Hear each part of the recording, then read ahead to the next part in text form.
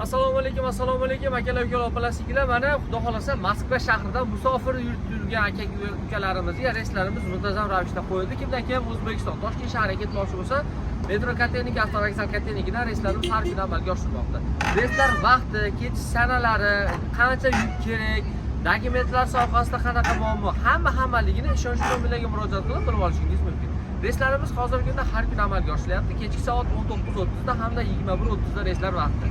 Ketmoqchi yoki uzoq shahardan kelmoqchi bo'lgan ukalarimiz bemalol kelib avtobusimizda kelib ketish vaqtini kutib o'tirib tursanglar bo'laveradi.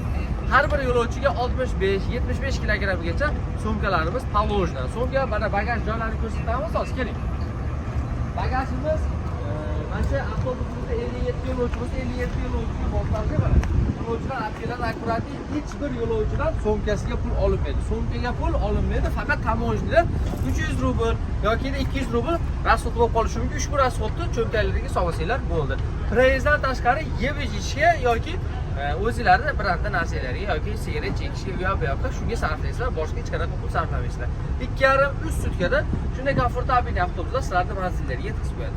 Ketmoqchi bo'lganlar shu nomerda ekranda jigarlar, layklarni bosamiz, podelitsiya qilamiz, kommentariyada o'z izohimizni qoldiramiz.